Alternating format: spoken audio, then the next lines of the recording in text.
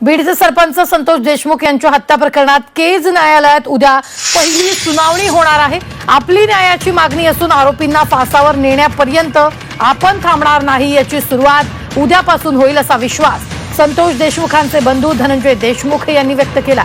ज्येष्ठ कायदेतज्ञ उज्ज्वल निकम विशेष सरकारी वकील म्हणून हा खटला लढवणार आहे। दरम्यान कृष्णा आंधळे हत्येच्या 3 महिन्यानंतरही फरार असून याबाबत आपण 15 तारखेला भूमिका घेणार असल्याचं धनंजय देशमुखांनी सांगितलं। आपलं जे न्यायाची भूमिका आहे, जे यांना फासापर्यंत नेण्यापासून आपण कोणीच थांबणार नाही, त्याची सुरुवात उद्या होणार आहे। आणि सुरुवातीला सगळ्या गोष्टी काही स्पष्ट होणं अपेक्षित नसतं, परंतु लवकरच यांना फाशी झाल्याशिवाय राहणार नाही।